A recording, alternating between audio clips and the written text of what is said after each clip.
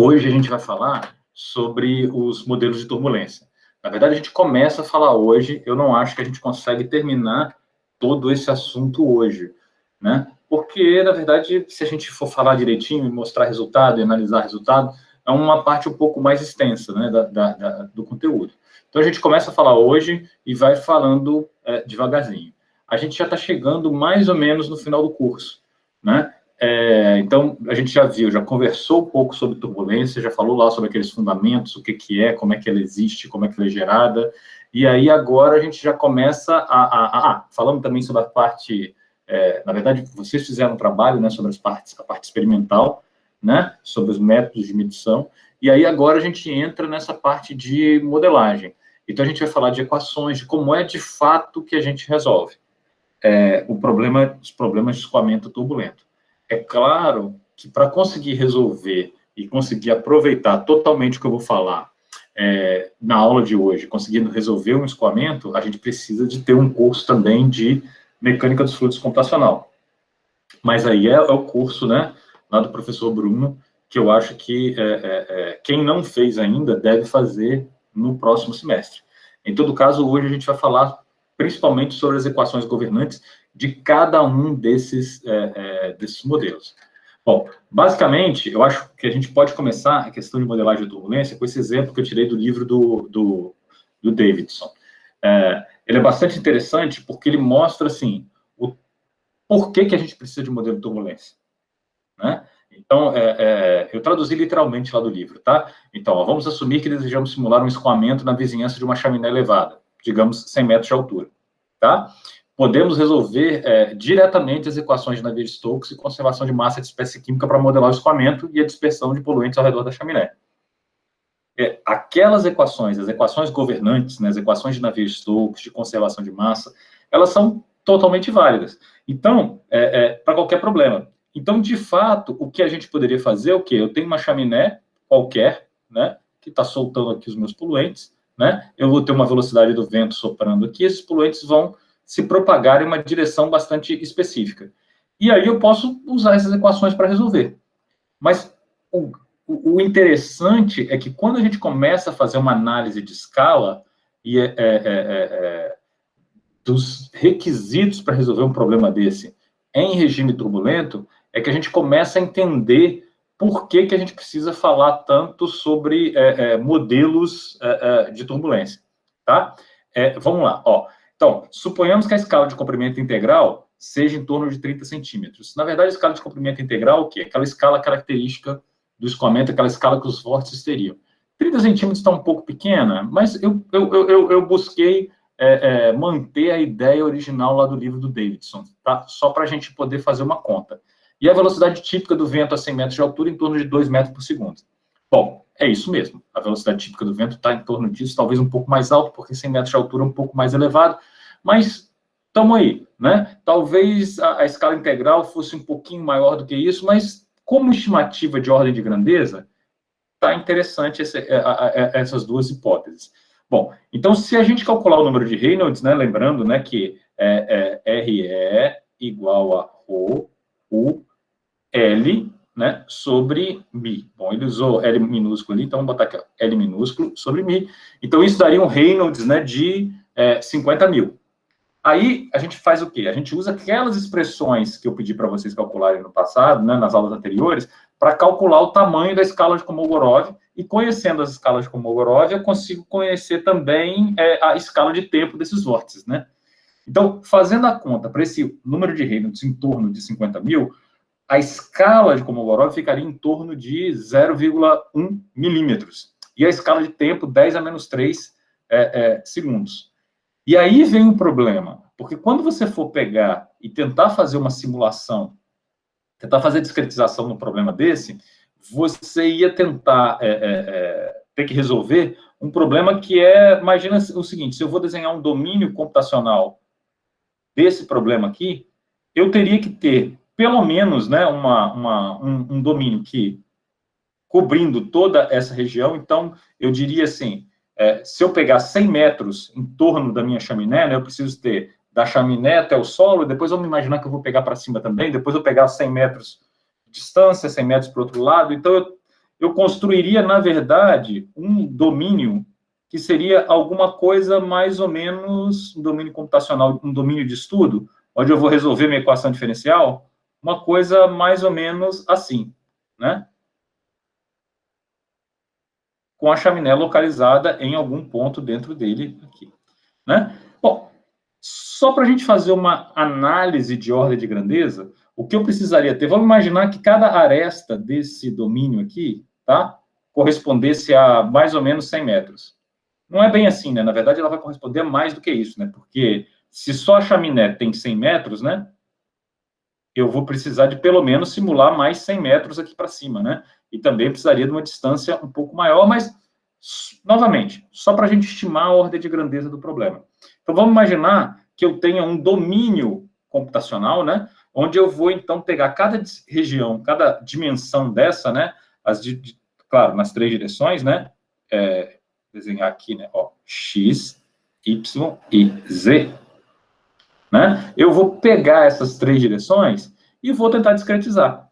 Só que, se eu sei que eu vou ter vórtices, eu vou ter flutuações tão pequenos lá quanto a escala de Kolmogorov, então eu vou precisar discretizar pelo menos com uma resolução, né, de 0,1 milímetros, né? Então eu vou ter 100 metros divididos em intervalinhos de pelo menos 0,1 milímetros.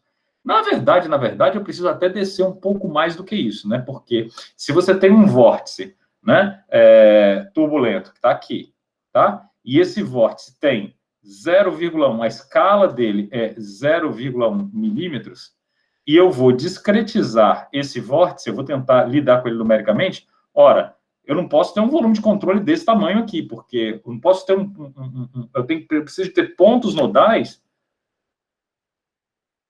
aqui dentro para conseguir pegar essa variação de velocidade. Eu vou precisar de pelo menos 4 pontos, imaginemos assim, tá? Mas, novamente, estamos só fazendo uma análise de grandeza. Então, vamos imaginar que eu vou discretizar, eu vou dividir esses meus 100 metros em intervalos de discretização ou voluminhos de controle da ordem de 0,1 milímetros. Bom, da mesma forma que eu vou discretizar o meu domínio, eu preciso também dividir o meu intervalo de tempo. Afinal de contas, né, se eu vou ter flutuações que vão estar acontecendo muito rapidamente com que escala? Com a escala de 10 a menos 3 segundos, eu vou, então, precisar ter, para conseguir acompanhar isso, eu vou ter que ter um intervalo de discretização bem curtinho, da ordem, pelo menos, de 10 a menos 3 segundos. Na verdade, é o mesmo caso que vai acontecer com o meu tamanho de discretização espacial. Do mesmo jeito que a discretização espacial precisaria ser inferior a 0,1 milímetros, agora eu precisaria ter um intervalo de discretização no tempo, ou um time step, menor do que 10 a menos 3. Bom, aí vem o nosso problema, né? Por quê? A gente teria que simular, tá? Uma hora com um intervalo de tempo de 10 a menos 3 segundos, na verdade, a gente teria que simular 3 vezes 10 a sexta time steps. 3 milhões, mais ou menos, de time steps, né? E a nossa malha, ela teria, se eu for ter aqui, pegar e dividir 100 em intervalos de 0,1, eu vou ter 10 a sexta pontos em cada direção. Como isso é um cubo, né? Eu vou ter 10 a sexta, vezes 10 a sexta, vezes 10 a sexta, eu vou ter 10 a 18 pontos. Então, só para a gente ter uma ideia do que quer dizer isso, olha só. Deixa eu apagar tudo. Então, para a gente colocar isso em perspectiva, tá? Quando eu chegar lá na frente e for falar de DNS, eu vou mostrar uma simulação de DNS que foi feita pelo Ondu, que alguns de vocês, eu acho que vocês não conheceram, né? Um pesquisador da Inglaterra, trabalha muito com DNS, esteve aqui no Brasil um tempo atrás, passou umas 2 semanas aqui com a gente. Bom, ele rodou uma simulação de DNS em um ambiente urbano, e aí o interessante que é, inclusive, a tese de doutorado da professora Elisa. E aí, ele rodou essa simulação, olha só, ele usou 6,7 vezes 10 a 7 volumes de controle, e ele simulou 4 vezes 10 a quinta time steps. Isso levou 3 semanas num supercomputador com 248 processadores, tá? Se a gente fizer essa mesma conta, na verdade, no livro do Pope, ele tem uma conta que ele estima o esforço computacional, tá? E ele coloca como se o esforço computacional fosse o tempo de processamento, né? Ele vai ser proporcional ao número de pontos que a gente tem, tá? Que o número de pontos que vão estar, que a gente vai estar simulando, e proporcional ao intervalo de tempo que você vai estar processando. Claro, né? Quanto mais pontos, mais tempo você vai gastar. Bom, se a gente faz essa continha, tem alguém com o microfone aberto, acho que é você, André. Isso. Se a gente faz essa continha, o que a gente ia ver, e é simplesmente proporcional, tá? A gente ia ver que essas 3 semanas que o Ondu e a Elisa levaram para rodar essa simulação de DNS no computador que eles tinham disponível, que era o supercomputador lá da Inglaterra, o Hector, essas 3 semanas se tornariam algumas dezenas de milhares de anos se eles usassem um computador, o mesmo computador, para resolver esse problema. E é um problema extremamente simples. Eu só estou falando aqui em um problema que eu vou ter que usar, que eu vou ter que simular 10 a 18 pontos nodais e eu vou ter que fazer uma simulação por 3 milhões de time steps. Então, isso se torna completamente inviável, esse tipo de simulação. E aí, o que vai acontecer? O poder computacional está aumentando muito. Se a gente for pensar, o poder computacional que a gente tinha, por exemplo, há 10 anos atrás ou 20 anos atrás, ele aumentou várias ordens de grandeza. Mas nada muda o fato de que uma simulação que leve algumas dezenas de milhares de anos para ser executada, a gente ainda vai demorar bastante tempo para os nossos recursos computacionais chegarem a gente ter capacidade de usar isso. Alguns computadores muito grandes já estão sendo usados especificamente para resolver esse tipo de problema. E aí a gente tem alguns problemas onde a gente consegue resolver problemas, a gente consegue resolver situações com um número de Reynolds bastante elevado, né? Porque, na verdade, o grande problema aqui é justamente o tamanho do número de Reynolds. Lembrem que quando a gente deduziu lá o tamanho da escala de Kolmogorov e o tempo das escalas de Kolmogorov, eles eram inversamente proporcionais ao número de Reynolds. Então, quanto mais eu aumentava o número de Reynolds, menores ficavam as escalas e mais rápido ficavam os vórtices. Então, a gente fica mais ou menos limitado em problemas práticos, tá, a situações de número de Reynolds bastante baixas. Ou situações de número de Reynolds bastante baixas, ou situações onde eu não tenho uma dimensão muito grande. Porque você imagina, se eu vou simular uma chaminé com a dispersão de poluentes, ora, e aí eu começo a falar, vou simular aqui 100 metros.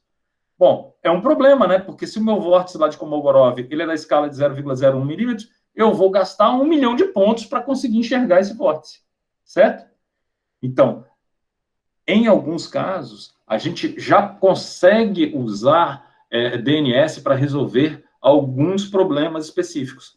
Esses problemas, de maneira geral, ou eles são com dimensões menores, né? Então, quando eu não vou resolver problema de 100 metros com a menor escala de 0,1, né? Mas talvez eu consiga resolver problemas de escala de 1 metro, né? Com uma escala de Kolmogorov de 0,1, ou então vou ter números de Reynolds mais baixos, onde as minhas escalas turbulentas serão maiores, tá? Essa escala, né, essa proporção entre as duas coisas, né, entre a escala de Kolmogorov e o comprimento do escoamento, ela é dominante para a gente, ela é dominante para como, de fato, nós vamos escolher modelar o nosso problema. Então, se eu for tentar resolver o problema diretamente, que é o que a gente chama de DNS, né? Que na verdade a ideia é Direct Numerical Simulation. Isso que vocês vão encontrar na maior parte dos artigos, dessa sigla. Então, a ideia é, se a gente for utilizar DNS, a gente vai precisar de um número muito, mas muito elevado de pontos. Por outro lado, se eu não vou usar DNS, o que eu vou usar? Qual é a minha alternativa? E aí entram os modelos de turbulência, que são formas o quê? Formas de analisar o problema com uma visão um pouco mais simplificada. Né? A gente conversou algumas aulas atrás sobre as médias no tempo, né? Que é a abordagem do Reynolds Average e da Navier-Stokes, onde, ao invés de tentar, né, simular o meu problema acompanhando todas as minhas flutuações presentes no escoamento, eu abro mão de acompanhar as flutuações e tento modelar ou conhecer a velocidade média do escoamento. Por quê? Porque as minhas flutuações não são importantes. Eu não quero saber exatamente qual é o valor da minha flutuação. Eu me importo mais com a minha velocidade média.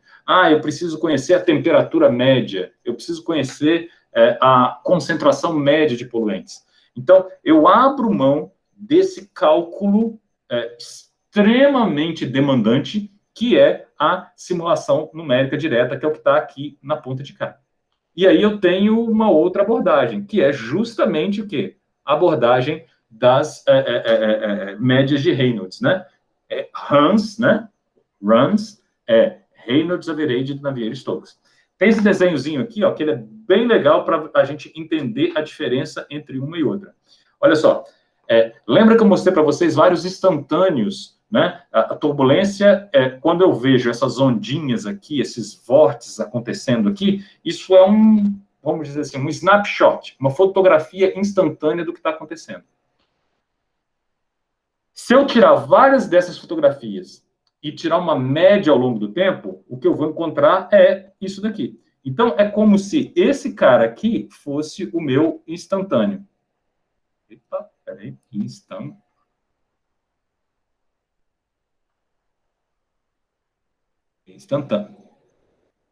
Instantâneo. E esse cara aqui é o quê? Na verdade, é uma figura o quê? Média. Né? Então, se eu pensar que esse sujeitinho aqui, né, esse carinha aqui, é o que está acontecendo no instante X. Depois, no outro instante Y, instante X mais 1, ele vai mudar um pouquinho. X mais 2, ele vai mudar mais um pouquinho. X mais 3, e por aí vai. Então, ele vai mudando, né, com o tempo. O que vai acontecer? Eu posso pensar que, não, eu não estou interessado efetivamente em acompanhar todas as minhas flutuações que acontecem aqui. Eu vou estar interessado no que acontece na média. Esse cara aqui, então, é a nossa abordagem de runs, enquanto esse cara aqui é uma abordagem de DNS. Vocês estão vendo que eu ainda não... Eu estou ignorando o que está ali no meio, tá? Que é o less. O less bom, se DNS é direct, numerical, simulation. Bom, e runs vai ser, né, o averaged, né, Reynolds.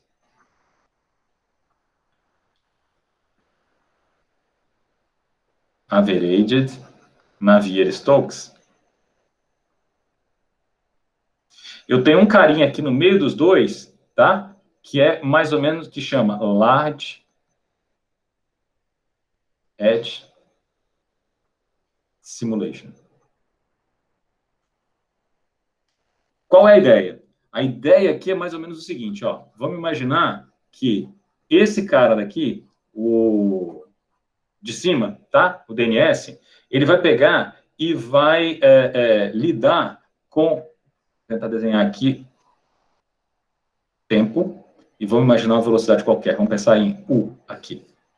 Aí, com o tempo, eu vou ter as minhas flutuações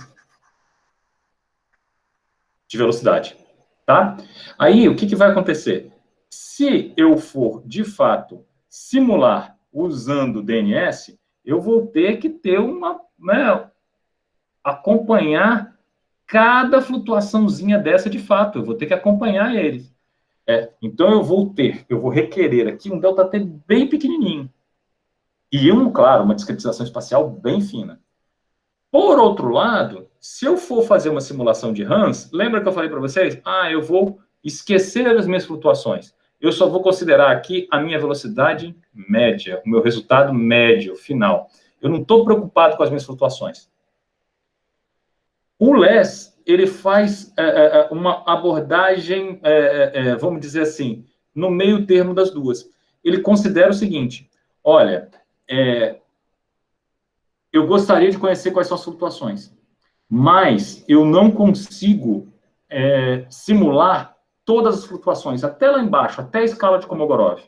Eu consigo simular minhas flutuações só até alguma escala que o custo computacional não seja proibitivo para mim.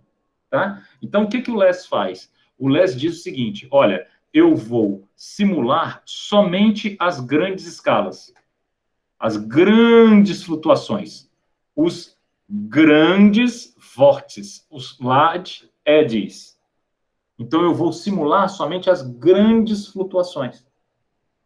Essas aqui são importantes para mim. Essas aqui que eu, de fato, vou simular. O resto eu vou lidar igual o pessoal que lida com Hans faz. Para mim, esses caras aqui, eu vou me preocupar, eu vou dizer que isso aqui, na verdade, é um U médio, eu vou chamar ele um pouquinho diferente, tá? Eu vou chamar ele assim, ó, tá? É porque ele é filtrado. Na verdade, eu vou entrar nesse conceito depois, lá, quando a gente for falar. Mas quer dizer o quê? Que ele é uma variável média, tá? Mas é uma média que vai fazer o quê? Uma média que vai pegar tudo que é menor do que um certo ΔT, ou menor do que um certo tamanho, ele vai lidar como se fosse média, tá bom? Então, ele simula somente as grandes escalas. Professor, beleza, tá? Mas para que serve isso? Em muitos casos, o que vai acontecer? Você está interessado nas grandes flutuações que acontecem. Não nas flutuações pequenininhas. Exemplo, você está simulando, por exemplo, uma dispersão de compostos odorantes. E aí você quer saber o quê? Quando esse pico de concentração ele se torna muito alto e o ser humano é capaz de perceber. Tá? Então, eu lido com simulações dessas grandes flutuações, não lido com as menores. Mas tem várias outras situações onde isso é importante. Por exemplo, mesmo quando eu estou preocupado com as médias, tá?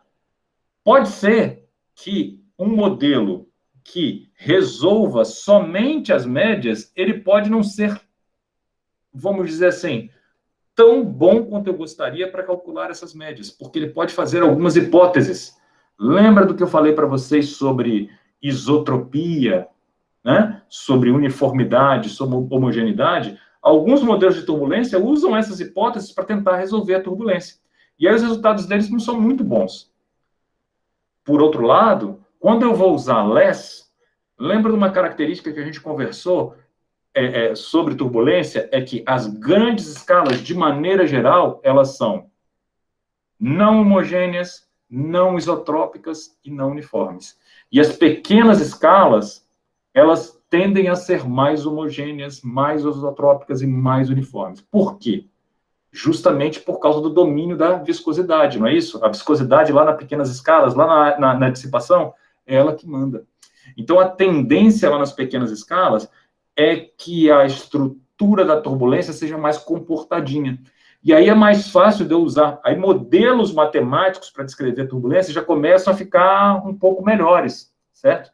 Então, a grande virtude de LES, da simulação das grandes escalas, é que eu vou utilizar as equações de Navier-Stokes, eu vou utilizar simulação numérica direta para as grandes escalas, para aquelas que realmente são isotrópicas, não homogêneas, não estacionárias.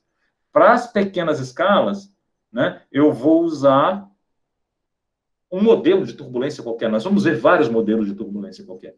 Tem modelo até que assume o quê? Uma viscosidade turbulenta constante. Né? Lembra da analogia do Bucinesi, quando eu faço a analogia entre viscosidade turbulenta e viscosidade molecular, ou difusão turbulenta e difusão molecular. Tem modelos que fazem essa hipótese. Tá? Então, eu vou resolver diretamente as escalas maiores, mais energéticas, mais anisotrópicas, e vou usar algum artifício matemático para simular as escalas pequenas, melhores. Bom, o que acontece é que o desempenho do modelo LESS, ele acaba sendo bastante superior ao desempenho dos modelos RANS. Então, a ideia, basicamente, nessa estrutura aqui, né, quando a gente desenha ela, é tentar mostrar mais ou menos isso. Ó. O comprimento da escala, no caso aqui, ó, tá, eu vou ter DNS resolvendo até a escala de Kolmogorov. Já runs, eu não vou resolver na escala de Kolmogorov, eu vou resolver a escala integral, vou resolver a escala lá do escoamento, tá? Do comprimento característico do escoamento. E less, eu vou ter o quê? Justamente o meio termo dos dois. Eu vou resolver até as escalas que eu considero importante. Ah, professor, mas essa escala aí, qual é essa escala? Qual é o tamanho dessa escala? Bom, aí vai depender muito, né, do problema. De maneira geral, você tenta descer até onde você tem poder de processamento para descer, tá? Você tenta descer, você pega lá, você tem a faixa inercial e você vai tentar modelar aquela escala, aquela região inercial lá do seu espectro, né? Então, se eu pegar aqui, ó, ele vai desenhar o espectro aqui, tá? E aí eu vou tentar fazer alguma coisa aqui, né? Aí aqui está aquela parte das grandes escalas, não é isso? Que estão aqui. Aqui embaixo vai estar aqui Kolmogorov, né? E aqui é a sua faixa inercial, né? Onde acontece a cascata de energia, né? Então, o que acontece? Na simulação das grandes escalas, por definição, você tem que ficar aqui em cima, né? Você vai pegar as grandes escalas. Você tenta fazer o quê? Você tenta chegar um pouco mais para baixo aqui dentro da escala inercial para tentar simular os efeitos desses vórtices um pouco menores. Quanto mais para baixo você chegar, claro, melhor, porque você vai estar fazendo o quê? Você não vai estar modelando as escalas, nenhuma escala grande, nenhuma escala que é responsável por grande parte da energia turbulenta. Então, a ideia nossa seria tentar, de fato, simular até lá embaixo, né? Só que a gente não consegue, não temos poder de processamento para isso. Então, a gente vem com essa ideia de LESS para ficar no meio do caminho. Todo mundo conseguiu entender essa ideia? Né? Das grandes escalas, o que é runs, né? O que é DNS e LESS sentada no meio entre os dois. Tudo bem, né? Não é uma coisa tão complicada de entender. Ou alguém tem alguma dúvida nesse ponto? Posso continuar? Pode sim, professor. Posso. Então, eu vou continuar, tá bom? Deixa eu mostrar um exemplo para vocês de... Ó, isso aqui é DNS, tá? Essa malha aqui, essa é um exemplo típico. Essa é aquela simulação que eu falei para vocês, tá vendo? Do Concil, Ondu. Foi usado na tese de doutorado lá da Elisa, né? Olha que interessante. Aqui eu consigo ver, de fato, a turbulência, tá vendo? Então, eu consigo... tudo aquilo que a gente estava falando antes sobre os vórtices, os edges, esse slide aqui ele é legal porque ele mostra esses caras, de fato, acontecendo. Tá vendo? Você não vê claramente, né, um vórticezinho rodando, mas dá para você observar, você entende que ele está acontecendo. Se você parar aqui, num ponto qualquer, tá? E tentar desenhar o que acontece com o tempo, com a velocidade, você vai ver que ela experimenta momentos de velocidade mais alta, momentos de velocidade mais baixa, ela aumenta, não é isso? E você consegue ver, sim, os edges, tá vendo? Ó, você está vendo aqui, ó, que tem aqui a velocidade está bem mais alta, ó, um ponto de velocidade mais alta, aqui já é um ponto de velocidade mais baixa, ó, tá vendo aqui para cima a velocidade? Então, ó, olha aqui, ó, dá para ver direitinho aqui, ó, um edge aqui, tá vendo? Então, esses vórtices, eles estão presentes no escoamento, essas flutuações, né, que acontecem no escoamento. Não fica sempre procurando, por exemplo, se você pegar aqui, ó, dentro do escoamento principal, tá? Aí você fala, cadê o vórtice? Onde é que ele está? Lembra o seguinte, o escoamento, ele já está andando para cá com uma velocidade média, tá? Então, ele caminha, ele está andando aqui, né, da esquerda para a direita, né? Então, ele vai caminhar com velocidade média. um vórtice aqui, se eu tiver um vórtice aqui, no caso, eu vou mostrar aqui um vórtice, ó, tá? O que ele vai fazer? Ele também está andando junto com o escoamento, ele é transportado pelo escoamento, tá? Então, quando você observar ele aqui, você está observando ele como? Você observa que é uma aceleração aqui de cima, né? E esse componente aqui de baixo, e aqui embaixo, eu vou somar na velocidade média do escoamento. Então, é uma redução de velocidade aqui embaixo. Então, você observa um vórtice acontecendo aqui. Você observa vórtices aqui ascendentes, tá? Eu vou voltar de novo e aí tenta fazer essa análise, observar o que está acontecendo no escoamento com base nisso que eu falei, tá? Ó, observa. Está vendo? É como se você visse essas acelerações que acontecem de maneira súbita, tá vendo? Então você vê, e esses vórtices eles estão sendo transportados pelo escoamento. Eles estão sendo transportados e aí eles causam aqui, tá vendo? Ó, esses carinhas, bom, eles estão vindo aqui, né? Aqui está o escoamento principal, né? E aí você vê umas coisinhas diferentes aqui, subindo, né? E andando aqui dentro do escoamento. Isso aqui que a gente está vendo é o quê? É o escoamento instantâneo, né? Então, eu vou usar esse escoamento instantâneo aqui para simular a minha dispersão. De fato, quando eu vou... Esse problema que foi estudado pela Elisa, né, da tese de doutorado da Elisa, olha só, aqui nesse caso, eu tenho, tá? Eu tenho fontes de poluentes e eu vou ter os sensores. Esses caras aqui, tá? No caso das azuis, né, são fontes que foram colocadas a nível do solo, né? E em vermelho foram fontes que foram colocadas acima dos prédios, tá? Aqui, ó, só para observar o movimento de uma dessas fontes, ó. Olha só.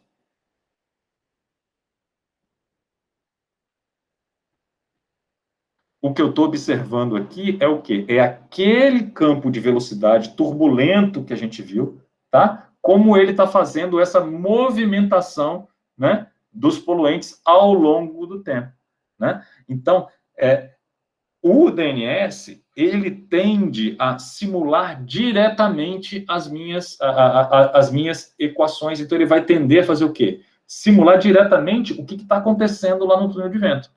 Quando eu vou fazer um estudo de túnel de vento, eu não vejo assim, como é que vai ser a pluma aqui? A pluma vai ser uma pluma bem divididinha aqui, eu vou observar uma pluma, meus poluentes vão fazer isso aqui. Isso que a gente gostaria, onde aqui vai ser a concentração mais alta e aqui a concentração vai diminuindo, diminuindo, diminuindo. Esse resultado é de fato o quê? O resultado médio. Depois que eu considerar o quê? Que eu integrar isso ao longo do tempo, tá? Então, em termos práticos, deixa eu avançar mais um aqui, ó. Na hora que eu vou fazer, por exemplo, a comparação do meu resultado experimental com o meu resultado numérico, tá? Eu vou precisar fazer o quê? Eu preciso fazer uma média, tá? Das medições ao longo do tempo. Então, por exemplo, se eu pegar aqui, ó, nesse caso aqui, né? O pretinho, né? É o resultado de DNS e aqui estão os outros aqui, né? Não estão os outros? Não.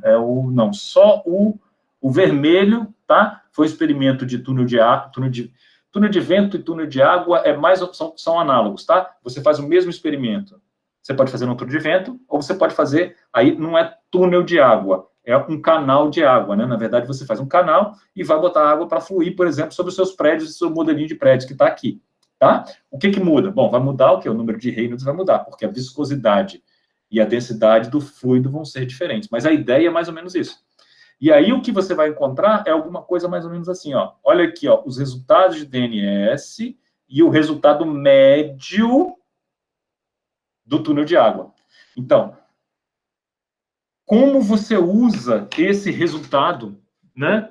Por exemplo, como você analisa um escoamento que é tão bagunçado quanto esse aqui que a gente está vendo, né? Na verdade, o que você faz? Você vai tirar uma média ao longo do tempo. E aí, essa média ao longo do tempo, ela vai trazer um pouco de ordem àquele caos que a gente tinha observado, né? Tirei essas imagens aqui da tese da Elisa, olha só. Tá vendo? Olha aquela dispersão de poluentes que estava lá, que era no nível do solo, né? Quando eu pegar e somar, sobrepor diversas imagens instantâneas daquela, diversas, tá? Eu vou ter alguma coisa mais ou menos como essa aqui, tá? De maneira geral, tá? Essas simulações, essa daqui especificamente, a gente faz ela também com LESS, um bocado disso. Eu vou ter esse tempo, tá? Que eu vou considerar para calcular uma média, ele é mais ou menos em torno de 200 tempos característicos, tá? Tempo característico, você pega assim, ele vai ser mais ou menos o seguinte, ó. Você pega o tamanho do prédio, por exemplo, vamos pegar a altura do prédio, é um cubo, tá? Então, qual é a escala disso aqui? Isso aqui, a escala disso é em metros, tá? E divide pela velocidade característica. Vamos supor a velocidade de escoamento que está passando por ali. Então, qual é a unidade disso aqui? Ó? A unidade disso aqui é metros por segundo. Então, dividindo uma coisa pela outra, isso aqui vai dar alguma coisa em unidade de um tempo característico, que é em segundo. Por exemplo, tá? Se o seu prédio tem 10 metros de altura, tá? O tempo característico nessa história aqui, ele pode ser, vamos supor, a velocidade do vento naquela região, vamos chutar aqui, 2 metros por segundo, tá? Então, eu tenho 2 metros por segundo, tá? E aí, meu tempo característico, então, vai ser em torno de 5 segundos. Esse vai ser o meu T0. O que quer dizer isso? Quer dizer mais ou menos o seguinte, é para você ter uma ideia do fenômeno, da velocidade característica, do tempo característico do problema. Mais ou menos assim. Imagina um pacotinho de fluido. Se o seu prédio tem 10 metros, esse pacotinho de fluido vai levar mais ou menos 5 segundos para caminhar sobre o seu prédio. Então, você tem ideia de qual é o seu tempo característico. A ideia do tempo característico é mais ou menos você ter uma ideia de proporção de tempo do que está acontecendo dentro do seu domínio. Imagina, por exemplo, se você tivesse um domínio de 1 quilômetro, 2 metros por segundo, 1 quilômetro, 2 metros por segundo, você vai ter o quê? Você vai ter 1.000 dividido por 2, a sua escala de tempo é em torno de 500 segundos, não é isso? Que vai dar o quê? Vai dar mais ou menos 10 minutos, tá? Então, você tem uma ideia de qual é o tamanho, a velocidade dos fenômenos macroscópicos que estão acontecendo ali, tá? Dentro do seu escoamento. Aí você pode comparar, por exemplo, se você quer lidar com esse tipo de problema, você sabe que você precisa, né, simular um tempo que é daquela ordem de grandeza ou maior. Se o seu tempo característico, então, é da ordem de 5 segundos, tá? Para resolver um problema como esse, ora, eu vou ter que simular o quê? 1.000 segundos, por exemplo, pelo menos, né? Para poder tirar uma média, tá? E aí, para cada problema, ele vai ter a sua escala de tempo característica, tá? Bom, aí aqui é que entra toda aquela ideia lá do nosso, das escalas de Kolmogorov, e como é que a gente junta uma coisa com a outra. Esse problema específico, tá? Ele foi simulado com ΔT de 0,0025 T, vamos escrever T0, né? Então, o que quer dizer isso?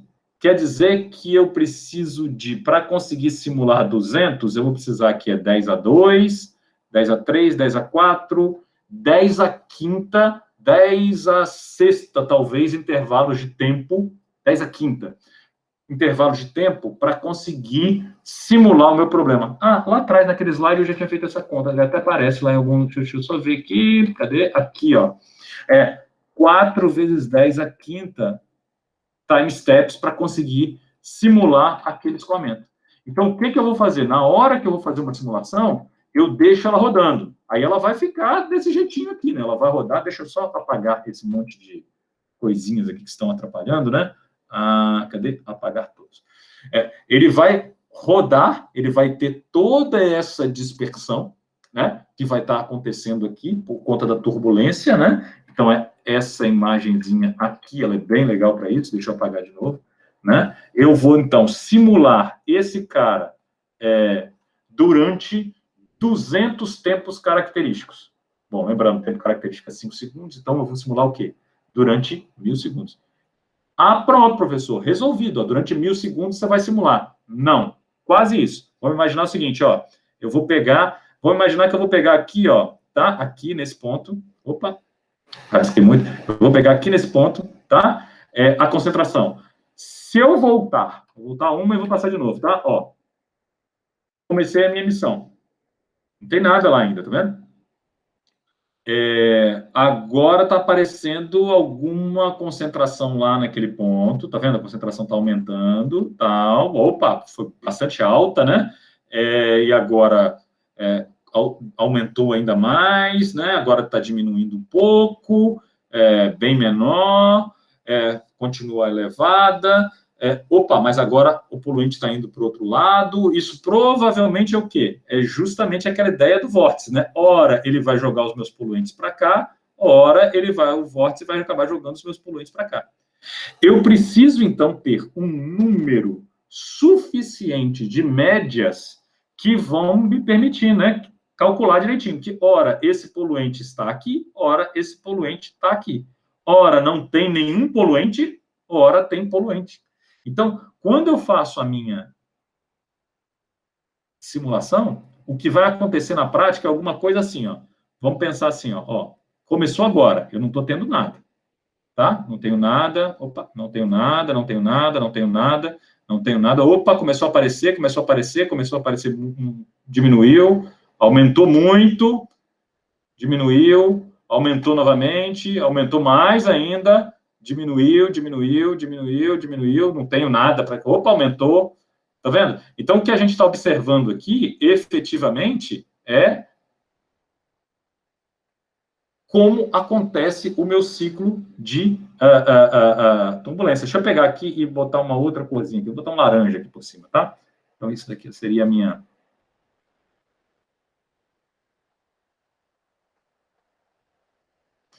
curva que eu tentei simular, tá? Eu preciso fazer isso aqui quantas vezes? Sem dúvida, centenas de vezes até chegar numa média, né? É mais ou menos, pensa assim, se eu jogar um dado para cima, tá? 5 vezes, eu vou conseguir. A ideia aqui é que a probabilidade, né, de dar os números vai ser exatamente igual, né? Então, assim, se eu jogar infinitas vezes, eu vou ter 1, 2, 3, 4, 5, 6. Opa, não tem 7, né? Só 6 lados, né? Eu vou ter um número igualzinho para cada uma dessas vezes. Se eu jogar um dado só 5 vezes, esse número vai ser igual? Não, não vai. Eu preciso jogar quantos? Infinitas vezes. Tá. Infinito, né? É um número que é um conceito abstrato, né? De fato, quantas vezes eu preciso jogar esse dado para cima para ter um resultado correto? Isso é uma grande pergunta que a gente faz no escoamento turbulento. Então, aí eu falei para vocês, normalmente nas simulações, o tempo, ele é em torno, o tempo que a gente chama, né, o tempo de média, o tempo que eu vou usar para calcular a média, ele vai ser em torno de 200 tempos característicos. É mais ou menos pensando assim, tempo característico é o quê? É o tempo que esse vórtice levou para fazer assim. Tá, beleza, eu tenho que fazer o quê? Pelo menos 200 vezes. Então é sempre 200? Não é sempre 200. Você vai precisar fazer a conta e analisar como isso se processa. É mais ou menos assim. É como se você plotasse aqui, vamos imaginar a concentração aqui nesse ponto, tá? Se você plotar aqui, a concentração, vamos chamar a concentração no ponto 1, tá? Vamos chamar ela, ela vai ter essa curvinha aqui, né, característica, aqui, isso aqui é a concentração no ponto 1. Eu quero calcular o valor da média. Então, essa média, ela vai variar com o tempo, né? Então, ela começa muito baixinha, aí depois passou um ponto mais alto, então ela vai fazer uma coisa assim, então, ela vai tender a se estabilizar. Nesse momento onde ela se estabiliza, é o momento que você fala, opa, esse é um tempo bom o suficiente para fazer a minha média. A ideia é mais ou menos o seguinte, esse vórtice foi, sei lá, 100 vezes para a direita, 100 vezes para a esquerda. Aí ele foi mais uma vez para a esquerda. Mudou o valor? Mudou, mas mudou lá na terceira casa, porque eu já tinha 200 valores para somar. Então ele mudou muito pouquinho. Agora imagina o seguinte, se ele foi uma vez para a direita e uma vez para a esquerda, e aí ele vai uma outra vez para a direita, nota que uma vez faz muita diferença em só 2 observações. Agora, uma vez em 200 observações, bom, é 0,5%. tá? Então, essa proporção você precisa estar sempre atento, tá? Que é, qual é o momento onde a média vai ficar estacionária? Sempre que você lidar com turbulência, né, e você quiser mostrar as variáveis médias, você precisa estar preocupado com isso. Porque não adianta você querer medir quando, por exemplo, esse cara não está estável ainda, tá? Muitos resultados, você pode observar alguma coisa assim, ó, quer ver? Cadê a pluma de poluente? Ó, aqui, tá? A pluma de poluentes. A pluma de poluentes, uma hora ela vai caminhar mais... Opa, deixa eu trocar aqui o lapisinho de novo, botar vermelho. Uma hora ela vai oscilar para ficar mais para a direita. Essa cor não ficou muito boa, né? Mais para a direita. Outra hora ela vai oscilar para ficar um pouco mais para a esquerda. Um erro típico que vocês conseguem observar, tá? Nesse tipo de simulações é, em vez de você ter um resultado que é simétrico, igual esse aqui, tá vendo? Ó, você tem uma certa simetria, né? Você observa uma pluma curvada por um lado. Ela desviada para um lado, se o problema é totalmente simétrico, como é esse caso aqui, isso não deveria acontecer, tá? É porque você fez o quê? Você não deu tempo suficiente de vai uma vez para a direita, vai uma vez para a esquerda, direita, esquerda, direita, esquerda, e aí as coisas vão fazendo o quê? A média vai o lado direito vai juntando com o esquerdo tal, e a coisa vai se uniformizando, e a gente chega lá aonde deveria chegar, no valor médio estável. Simulações DNS, simulações LES, isso acontece muitas vezes, né? Por quê? Caramba, você está simulando, fazendo uma simulação com 10 a 7 pontos. Você está simulando por... você viu a simulação lá? Ela estava dizendo que levou 3 semanas para simular. Você está doido para terminar esse caso logo e parar a sua simulação. Mas, às vezes, você tem que rodar um pouco mais. Às vezes, você tem que olhar e ver. A minha média ficou estável? A minha média está estável? Chegou aqui nessa região? Porque se não chegou, eu vou ter que simular um pouco mais ainda, porque ela pode estar ainda oscilando. E aí, muitas vezes, mas são muitas vezes mesmo, já aconteceu com vários dos meus alunos, você olha, à primeira vista, ela está estável. Você olha, por exemplo, a distribuição de contaminantes, assim como a gente está olhando. Aí, quando você vai partir para uma outra variável, por exemplo, verificar qual é o fluxo de poluentes de dentro da cidade para fora. Aí você plota o gráfico, você vê, não ficou simétrico. Deveria ter ficado simétrico. Aí o que você faz? Você tem que voltar lá para ter o quê? Para ter mais tempo de simulação, tá? De maneira geral, isso sempre vai acontecer, tá? Outra coisa que é muito importante para você, quando você for fazer esse tipo de simulação e estiver calculando as médias, imagina esse caso aqui, tá? Onde a gente tem o quê? Ó, a média, ela começou do zero, né? Porque não tinha nada, né? Aí você vai botando, ela vai aumentando e depois ela vai estabilizando. Bom, porque aqui, na verdade, ó, eu vou fazer como se fosse assim, porque aqui eu peguei um tempo muito curtinho, né? Mas vamos imaginar se eu pegasse, deixa eu apagar aqui esse negócio aqui. Imagina que eu peguei aqui a concentração no ponto 1,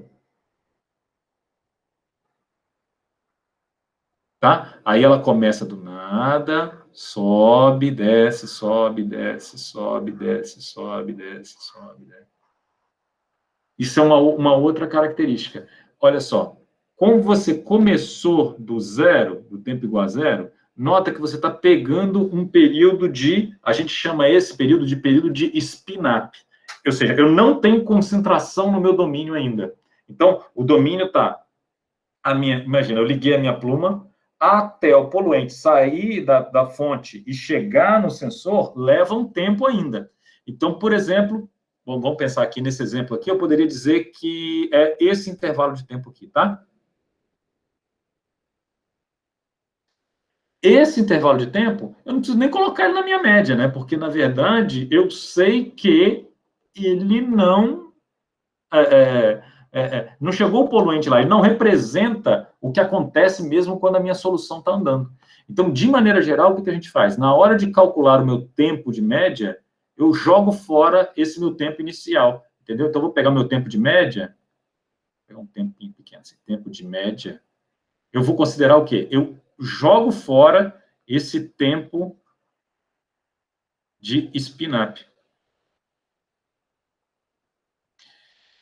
O tempo de spin-up ele pode estar acontecendo por dois motivos, tá? Um é o tempo que o poluente leva para sair da fonte e chegar no seu sensor, ou o quê? Você colocou a sua solução para rodar, tá? A sua solução ela vai demorar um tempo até convergir. Depois que ela está convergida, tá? Aí sim você começa a ver a oscilação bonitinha. Nessas soluções de DNS, o que a gente encontra muitas vezes é o quê? Imagina, isso daqui já é uma solução bonitinha, tá? Convergida. Então, se você plotar tempo, velocidade, por exemplo, tá?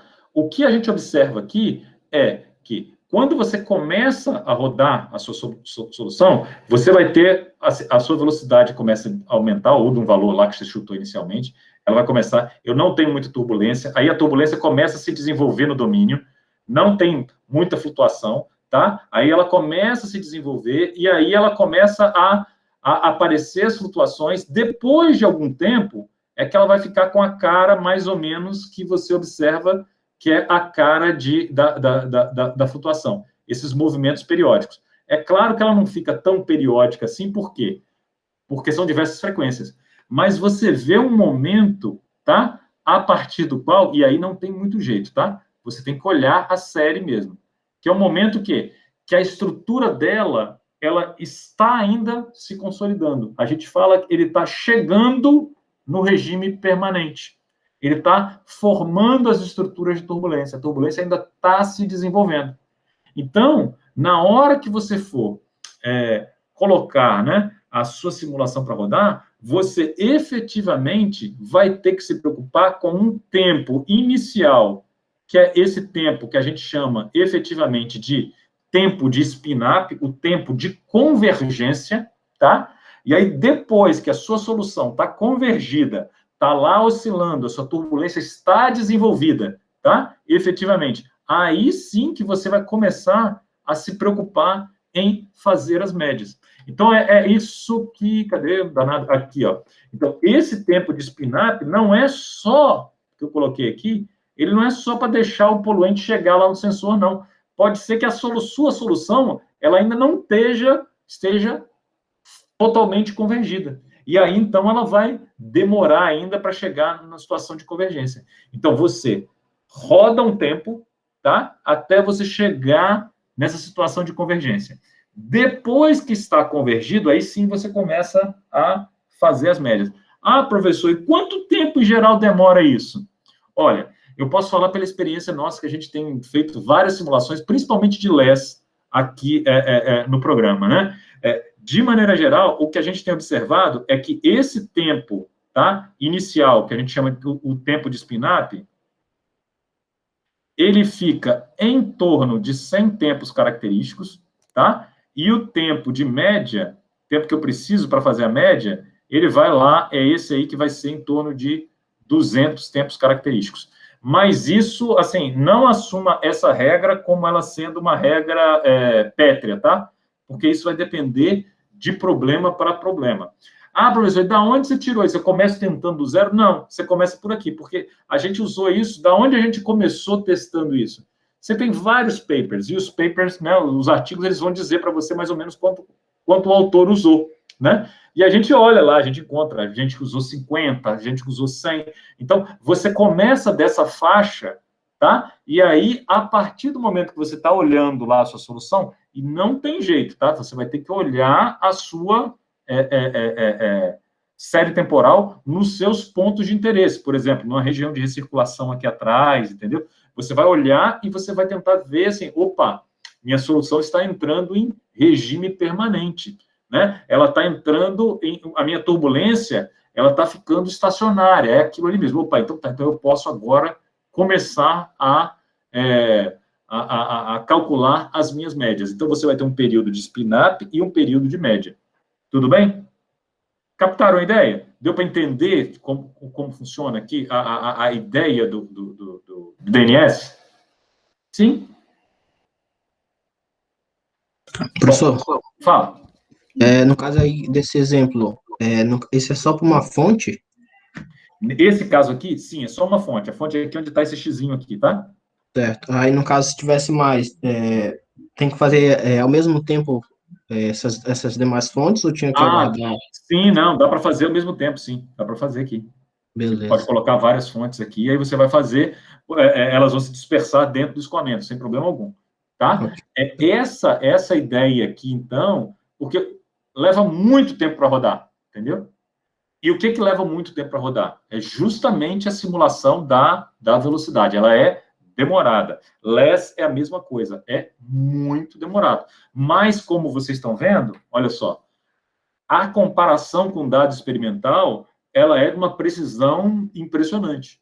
Né? Você está vendo que tem uma diferençazinha entre o dado experimental e o dado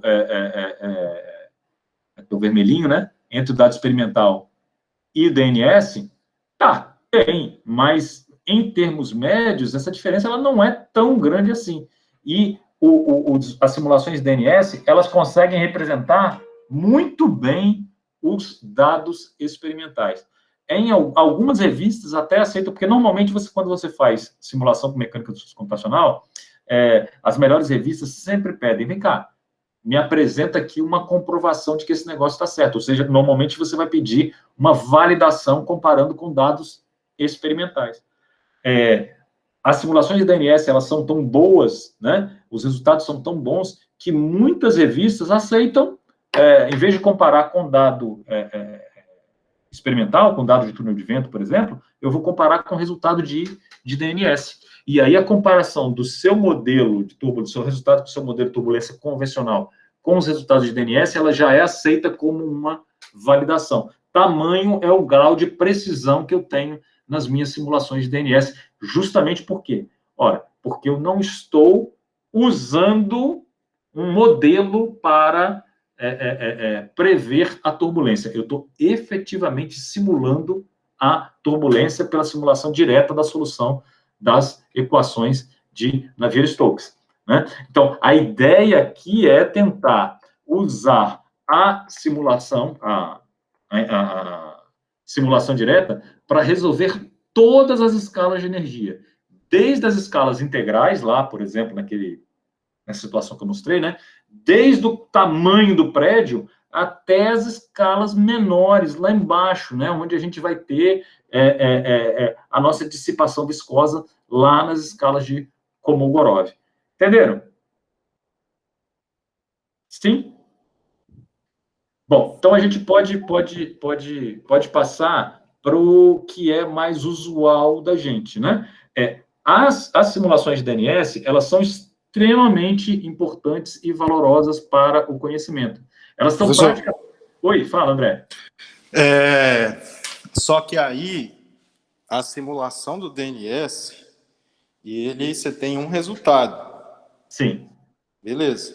Mas aí, para validar com o Hans é ensemble.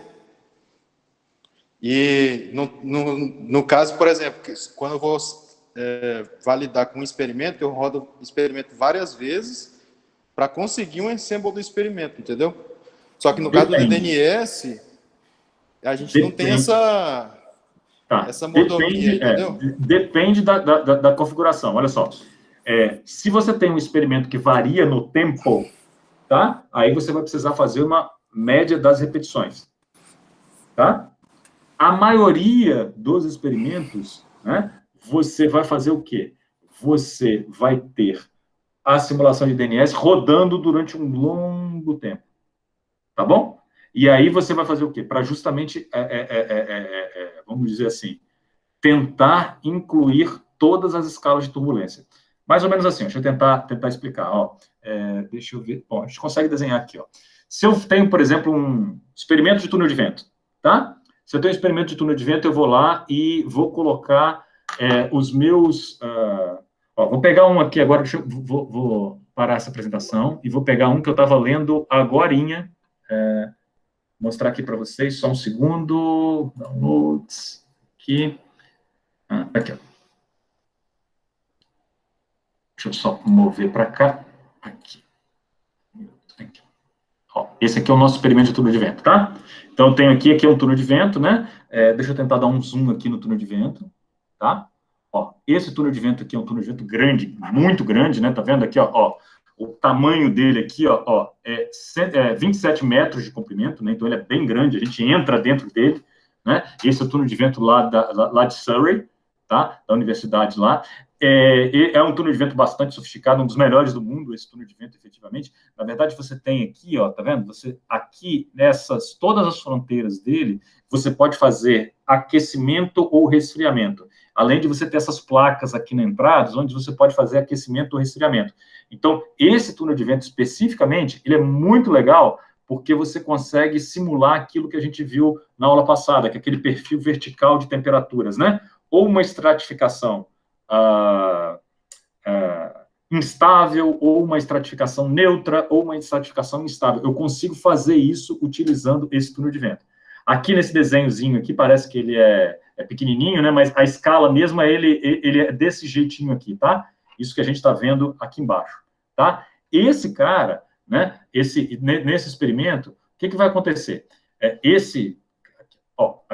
Esse aqui é o medidor, tá vendo? Ó, essa daqui é a minha sonda, tá vendo? LDA, Laser Doppler Anemometer, né? Então, eu tenho, lembra da anemometria laser que vocês viram lá atrás, né? Então, eu vou ter aqui uma sonda de anemometria laser, e aqui, tá? Eu tenho um sensor FID. FID é o nosso sensor de concentração. Basicamente, eu tenho montado nesse braço robô aqui, ele anda em todas as dimensões dentro do meu túnel de vento, tá? Então, por exemplo, quando eu tenho esse experimento, cadê o desenhozinho do experimento? Aqui, ó. Aqui. Quando eu tenho esse experimento aqui, você tem aqui do lado de cá, ó, tá vendo? Aqui tá a sua sonda, tá? Então, você tem um programinha de computador, um controlador, que vai fazer essa sonda andar aqui atrás desses prédios, ele vem ponto por ponto aqui, medindo um por um aqui, eu vou medindo ponto por ponto, em diversas alturas. Depois eu movo esse braço para o lado e faço a mesma coisa. E movo o braço para o lado. E aí eu vou ter o quê? Eu vou demorar fazendo isso aqui um dia inteiro rodando, né? Eu ligo o motor do ventilador, largo lá a coisa para rodar, e aí eu vou ter as minhas condições sendo medidas ao longo do tempo, tá? Um experimento como esse pode levar um dia inteiro de medições. A série temporal, em cada ponto desse aqui, tá? Quando eu parar o meu sensor, imagina se eu trouxer ele aqui para o meio, aqui, tá? Colocar ele lá no meio, entre os prédios. Eu vou ter uma série temporal muito longa, um dia inteiro de dado? Não. Em geral, o que vai acontecer? Eu vou precisar definir um tempo que seja suficientemente longo para quê? Para a minha série temporal, lembra da história, né? Do mesmo jeito que DNS, o túnel de vento vai acontecer a mesma coisa. Eu vou ter que ter um tempo suficientemente longo para quê? Para a média ficar estável, né? Mas, ao mesmo tempo, eu não posso ter um tempo longo o suficiente, senão eu vou terminar de medir esse negócio, sei lá, daqui a 10 anos, né? Porque eu vou medir vários pontos aqui dentro do meu túnel de vento. Então, para cada ponto desse, eu vou ter um intervalo de tempo, tá? Que, na verdade, você faz a conta mesmo no começo, você vai lá, bota o seu medidor e vai analisar lá quanto tempo leva para as suas medições ficarem estáveis e deixa um tempinho a mais ainda, né? Então, aí você vai fazer a sua medição. Bom, aqui é interessante, porque aí vem uma principal diferença entre o experimento de túnel de vento e a simulação numérica. Primeiro, esses experimentos, igual à simulação numérica, eles são muito caros. O que vai fazer? O que vai acontecer? Eu vou conseguir repetir 1, 2, 10 simulações desse mesmo experimento? Vou repetir 10 vezes esse mesmo experimento? Não, eu não consigo. Aqui está o detalhezinho, tá vendo? Ó, do posicionamento dele entre os prédios. Estão vendo aqui? Então, eu vou ter que percorrer todos os... peraí, que é o outro aqui. Deixa eu mover para a tela. Vocês estão vendo agora o arquivo Excel, então, né? Ó, sim. Aqui, deixa eu deixar pequeno só para vocês verem todos os experimentos que eles fizeram. Tá vendo? Olha quantos experimentos eles fizeram. Tá? Aqui na situação estável e na situação instável. Mas, se você notar, se eu te der um zoom aqui, vocês vão ver que tem o seguinte, ó. Estão vendo que os experimentos, eles são diferentes? Tá vendo?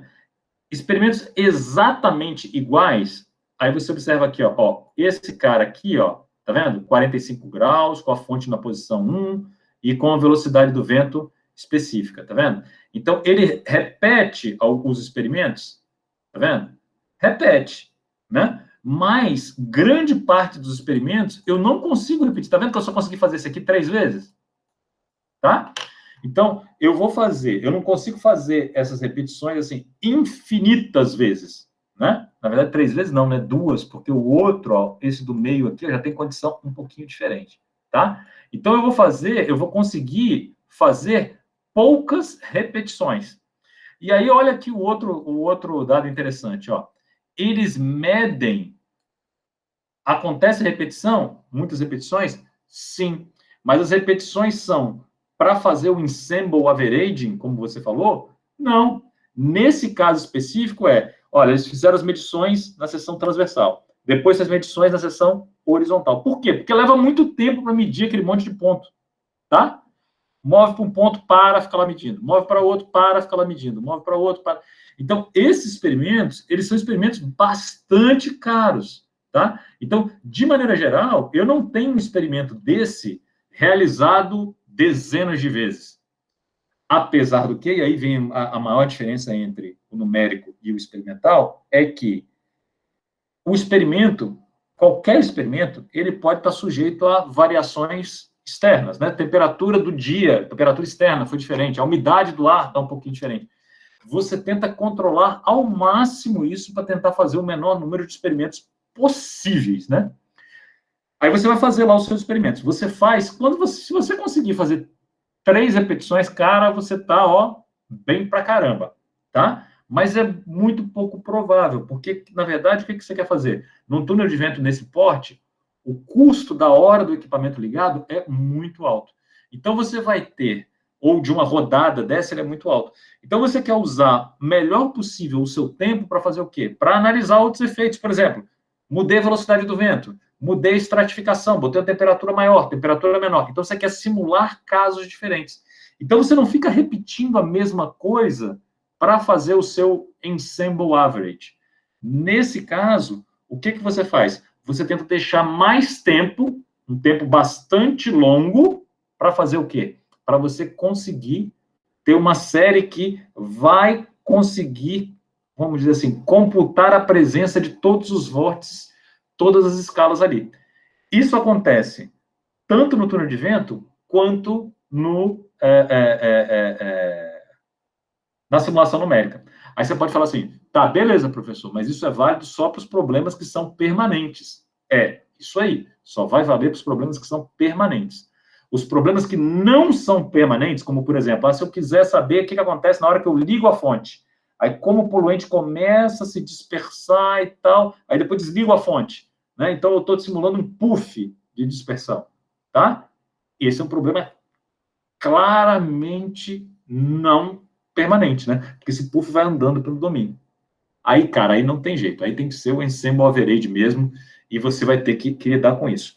No DNS, você já faz uma coisa mais esperta, tá? No túnel de vento, você vai ter que fazer mais do que uma vez, né? Você vai ter que rodar várias vezes. Já no DNS, olha só que coisa esperta que o pessoal faz. Deixa eu tentar voltar aqui para a nossa apresentação. E aí, cadê? Volta. Aqui, ó. Você está vendo? Olha só.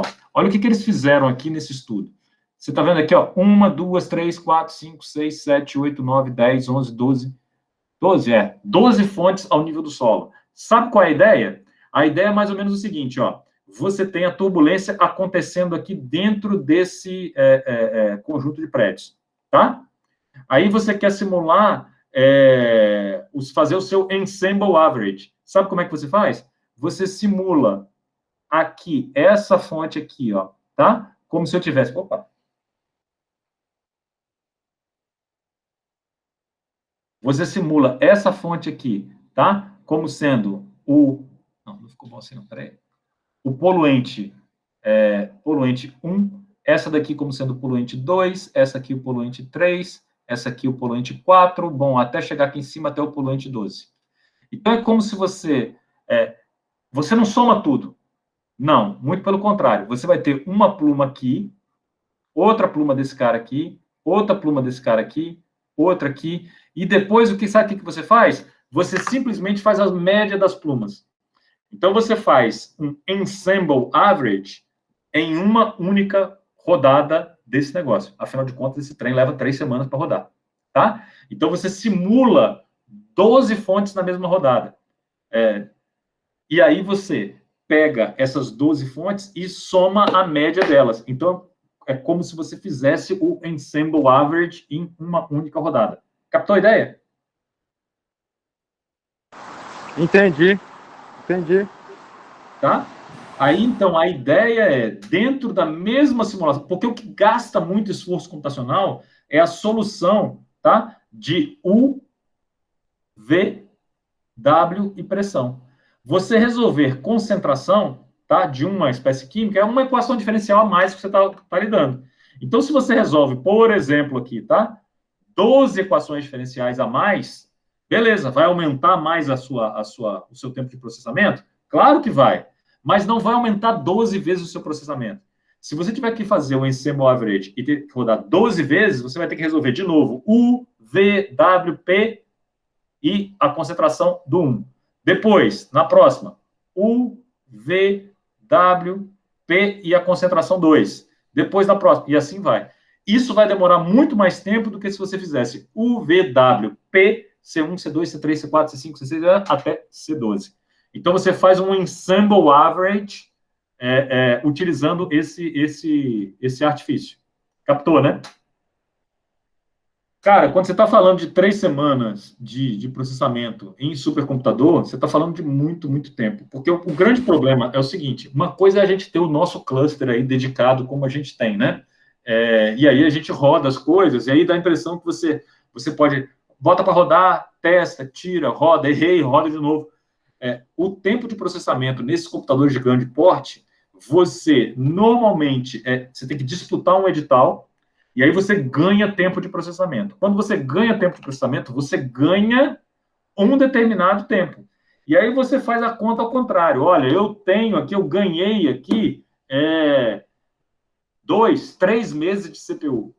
E aí você fica pensando, opa, quanto é que eu vou... como é que eu vou gastar o meu tempo de processamento aqui? E aí você vai ter que ter uma fase de desenvolvimento, uma fase de teste, uma fase para rodar os seus casos finais. Né? E tudo isso tem que caber lá dentro do tempo de processamento que foi dado para você. Porque essas máquinas, como elas são muito caras, obviamente elas ficam o tempo todo cheias. Se você não está usando, o outro coleguinha ali vai estar usando no tempo que você não está usando. Na verdade, nas nossas máquinas aqui, o que a gente faz? A gente divide mais ou menos a máquina entre os estudantes que estão fazendo as pesquisas, né? Então, fulano fica com 4, 5 máquinas, 4, 5 nós. Então, vai ficar com 30 cores, por exemplo. Beltrano vai ficar com mais 30. E aí, a gente divide assim. Os sistemas de grande porte não funcionam mais ou menos assim. Eles funcionam com fila de submissão. Então, você manda submete o seu projeto. Ele vai para uma fila. Quando liberar um pedaço da máquina, imediatamente a sua rodada entra, tá? Então, a máquina não está rodando uma coisa de cada vez. Às vezes, ela está rodando 4, 5, 6 simulações de uma vez. Ou, se você usar todos os processadores da máquina, ela só está rodando a sua simulação. E aí é interessante, por quê? Porque do jeito que a gente faz aqui, a gente divide, por exemplo, tá? Vulcano 2. Vulcano 2 tem quantos cores? Dá 32 vezes 8. Dá quanto isso? 256, né? 256 cores. Eu nunca uso 256 cores. Por quê? Porque eu, por exemplo, eu designei, né, para Karine, vamos imaginar assim, 50 cores. Eu designei para o André mais 50. Eu designei para o Wallace 50. Então, vocês estão usando eles separados, né? Essas máquinas não, eu posso colocar na fila, né? E aí você quer otimizar ao máximo o tempo que você tem, porque uma vez que a gente fala o job, né? Uma vez que a sua execução entrou na fila, ela vai aguentar lá até chegar a vez dela. Quando ela rodar, você tem a máquina toda, se você pediu, né? Você tem aquela fatia da máquina. Para você rodar outra, você vai ter que entrar na fila de novo, vai demorar um tempo para você chegar lá em cima. É interessante como funciona, né? Mas aí a gente já está falando de máquinas de grande porte. Para a gente que tem o nosso próprio cluster, né? Na verdade, aqui no laboratório nós temos 3 máquinas do tamanho razoável, né? A gente tem Cronos, que deve ter, é a máquina mais antiga, né? Ela é composta por 14 máquinas. Cada máquina dessa tem 2 processadores Xeon com 4 núcleos. Então, são 14 máquinas com 8 núcleos de processamento em cada uma delas. Ela é a máquina mais lenta que a gente tem, porque já é uma máquina mais antiga, tá? Aí a gente tem o Vulcano 2, que é essa máquina que eu acabei de falar, são 32 nós, ou seja, quando a gente fala nó, a gente está falando de uma máquina individual, tá? Como eu falei, Cronos tem... deixa eu rabiscar aqui, que vocês vão acabar sendo usuários disso, tá? Então, olha só, vou escrever aqui, ó. Cronos tem 14 máquinas, então a gente chama o seguinte, se você tem 14 máquinas, você vai chamar de 14 nós, tá? Cada uma dessas máquinas tem 2 processadores. E cada processador vai ter 4 núcleos. Então, teoricamente, você pode pegar a sua simulação e dividir em 14 vezes 8. Quanto é que dá 14 vezes 8? Vocês que são bons de conta aí, né? Deixa eu abrir aqui, ó. 14 vezes 8. 112. Então, você pode dividir a sua simulação entre 112 núcleos de processamento, tá? Mais para frente, quando a gente estiver terminando a disciplina, eu vou falar um pouquinho de processamento paralelo para vocês, porque modelagem de turbulência e processamento paralelo tem tudo a ver. Hoje em dia, com esses modelos cada vez mais demandantes, a gente, de fato, não consegue fazer nada sem utilizar processamento paralelo. Então, esse aqui é o primeiro cluster, tá? Ele é o cluster mais antigo, são máquinas Xeon já mais antigas, tá? O nosso segundo cluster, e aí você não me pergunta por que ele chama Vulcano 2, porque o terceiro é o Vulcano, tá? Na verdade, eu até sei, porque o Cronos antigamente chamava Vulcano, a gente acabou trocando o nome dele. Mas o que ele tem? Ele tem 32 nós. O que quer dizer isso? Nós é uma máquina. Então, se você chegar lá no laboratório, você vai ver lá no gabinete, lá, aquela máquina, né, aquele servidorzinho, aquela máquina compridinha. Então, você vai ter 32 máquinas. Cada máquina, tá, tem um processador, e a gente usa nessa máquina aqui, são i7, tá? Tem um processador i7, cada um deles com 8 núcleos. Tá? Então, tem um processador com 8 núcleos. Então, a gente tem lá no Vulcano 256 nós, tá? Vulcano é bem rápido, Vulcano 2 é bastante rápido, tá? É um i7, é um pouco mais antigo, né, do que o Vulcano, que é a nossa última máquina, mas ele ainda é bastante rápido, tá? Já Vulcano, se não me engano, no momento ele está com 8, nós estamos comprando mais 2 nós, então nós vamos ter 10 nós. Cada um desses nós, eu vou ter 2 processadores, tá? E cada processador desse aqui, se não me engano, ele tem 10 núcleos, tá? Então, eu tenho aqui 20 vezes 10, eu vou ter 200 núcleos, e aqui eu vou ter, o processador Xeon novíssimo, tá? Então, o Vulcano é a máquina mais rápida que a gente tem, definitivamente. Vulcano 2, ela é bem mais rápida do que Cronos, tá? Ela não é tão rápida quanto Xeon. Mas a gente tem aqui para rodar as simulações que vocês vão fazer, a gente tem essas 3 máquinas e a gente divide entre vocês essas tarefas. Então, essas tarefas não, esses núcleos que a gente está lidando aqui.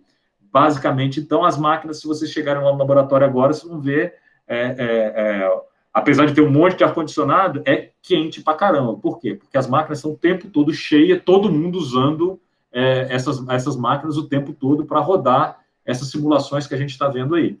Hoje, o grupo roda localmente, roda muito LESS, tá? A gente tem alguns alunos que estão trabalhando com LESS, e roda muito modelos de Reynolds Average de Navier-Stokes, tá? A gente hoje não tem capacidade de rodar DNS. Por exemplo, a Karine está trabalhando com DNS, né, Karine? Sim. Mas o que é trabalhando com DNS? As simulações da Karine foram rodadas lá na Inglaterra, Acho que não foi nem no Hector, já é o novo computador deles lá, que é bem maior do que o Hector. Então, elas foram todas rodadas lá na Inglaterra, e aí o Ondu mandou os dados para cá. E aí a Karine está fazendo o quê? Ela está processando esses dados. Então, percebe, e só isso já vai, né, você validar os dados, você processar os dados, calcular as médias, covariância, só isso aí dá uma tese de doutorado, tá? Por quê? Porque DNS gera muito, mas muito dado mesmo. Você que eu diga, né, Karina? Uma tonelada de dado, né? Sim, mas é muito legal. Eu, particularmente, acho muito legal, assim, a gente resolver, a gente olha para isso, né, uma figurinha como essa que está passando aí, e a gente pensa assim, poxa, isso é uma coisa caótica, né, a gente falou o tempo todo de flutuação randômica e aleatória, né, e a gente resolve uma quantidade enorme de equações diferenciais, simula lá dentro do nosso modelo de simulação, e a gente consegue reproduzir esse fenômeno que, entre aspas, é randômico e aleatório, né? Então você fica falando assim, não é tão randômico e não é tão aleatório assim. Existe uma certa ordem nesse caos, né? E aí é bonito porque, eu penso assim, né, pelo menos, que é bonito porque ele tem uma certa previsibilidade, né? E você conseguir simular todo esse caos que está ocorrendo e depois você chega lá e faz isso aqui, né? Você compara o que você simulou com as suas equações com o que, de fato, o sujeito mediu lá no túnel de vento, ou, nesse caso, no canal de água, e bate, eu acho, assim, bastante impressionante e bastante interessante. Fala a sua opinião aí, Karine, você que está tratando dos dados de DNS. Oi. Então, eu estou agora tentando finalizar a validação dos dados com o experimento de túnel de vento. E você falando do experimento ali que você mostrou, eu até abri uma planilha aqui para conferir de um resultado do túnel de vento, e para a PUF, que na estacionária foram 46 experimentos, 46 repetições que eles fizeram. Ah, legal, legal. Imagina o tanto de tempo, né, que gastou para fazer isso e o custo para fazer isso no túnel de vento. Não, é muito legal. Se você puder, e vamos ver, e a gente está tentando viabilizar a sua ida para lá, assim, é muito legal porque se você for lá observar, o galpão onde eles têm esse túnel de vento é enorme, né? Quase, sei lá, imagina uma quadra de basquete, tá? Ele é enorme. E o túnel de vento fica no meio lá, tá? Aí esse braço que anda com o sensor, né? Eles programam, então ligam o túnel de vento, deixa o túnel de vento atingir a velocidade normal, deixa o túnel de vento atingir a temperatura que deveria, e aí programam o deslocamento do braço e larga lá, né? E aí o bicho fica ligado lá a noite toda, às vezes o dia todo, só medindo aqueles pontos, e aí ele gera um daqueles arquivos que você usa, daquele Excel, que tem um montão de dados. Deixa eu mostrar para vocês aqui. Vamos ver se eu acho um dado aqui para mostrar. Estou pensando aqui se é mais fácil você mostrar ou eu mostrar, mas eu acho que eu tenho aqui na mão, ó. Cadê? Um minutinho só, tá, gente? Deixa eu pedir plus.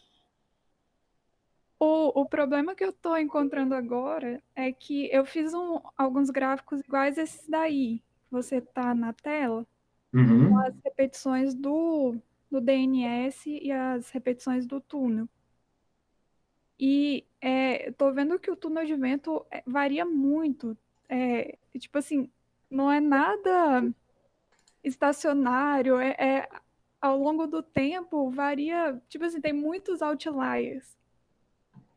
Ah, tem, ó. Vocês estão vendo a telinha aqui? Sim. Ó, isso daqui é um dado de túnel de vento, tá? Mas isso aqui é um dado do sensor em uma única posição. Tá vendo aqui, ó? Então aqui tem segundos, ó. Olha só a velocidade que ele mede, ó. Então ele tem, ó, LDA, Laser Doppler Anemometer, U e V. Estão vendo aqui? Aí aqui ele tem medição de concentração, tá? No sensor FID, o 1 e o 2. Sempre tem um arquivo que vai descrever qual é a posição onde esse cara está medindo aqui. Então, por exemplo, ó, só para a gente fazer um negócio legal aqui, ó, eu vou pegar aqui, ó, tempo, tá? E vou mostrar só o U para vocês, ó. Tá vendo que eu medi, ó? Cheguei até o final do arquivo. Olha quanto tempo ele ficou parado na mesma posição. 10 segundos. Tá vendo? Então, agora, ó, vou pegar e vou desenhar um gráficozinho só para a gente acompanhar. Cadê? Pegar um scatter aqui, ó. Scatterplot. Ó, é isso aqui, ó. Tá? Estão vendo que maravilha? Você olha para isso aqui e você fala que isso aqui não tem regra nenhuma. Isso aqui é caos absoluto, né? Não é verdade? Né? Só que aí vamos trocar para a gente poder ver um pouquinho melhor. Eu vou fazer o mesmo gráfico agora, só que eu vou fazer com uma linha, tá? Gráfico. Cadê? Não, cliquei errado. Não, não é linha 2D, não. Peraí. Aqui, scatter. Aí eu vou fazer com linha agora, tá? Ó.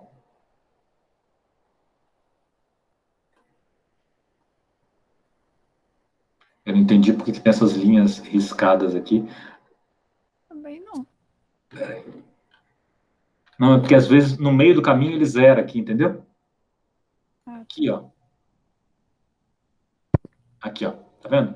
Tem 1, 2, 3, tá... Aí ele chega aqui e dá uma zeradinha. É porque dentro do dado... Ah, você ainda não tinha visto isso, então você vai ter que voltar para fazer tudo de novo. Não, eu já vi, já trabalhei com esse dado aí para contínuo. Não, aqui, ó.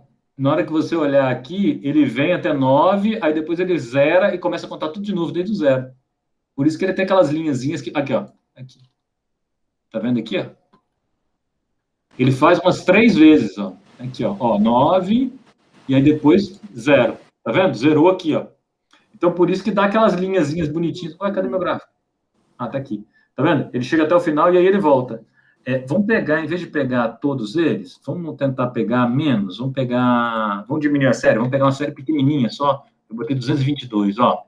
Só pra gente ver. Karina, faz uma função no Python aí pro Neival mexer nesses coisas aí mais rápido. Aqui, ó. Olha só, essa daqui é o dado de medição que a gente tem, tá vendo? Bom, aqui já está 2 vezes, né? Não está uma vez só, tá vendo? Vamos botar aqui, sei lá, 1000.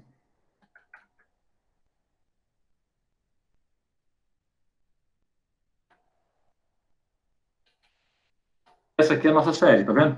Então, esse é um tipo sinal de turbulência, tá vendo? Entre cada intervalo de tempo aqui, tá vendo? Eu tenho, ó, deixa eu fazer uma continha aqui, ó, igual a esse tempo menos esse. O que eu fiz?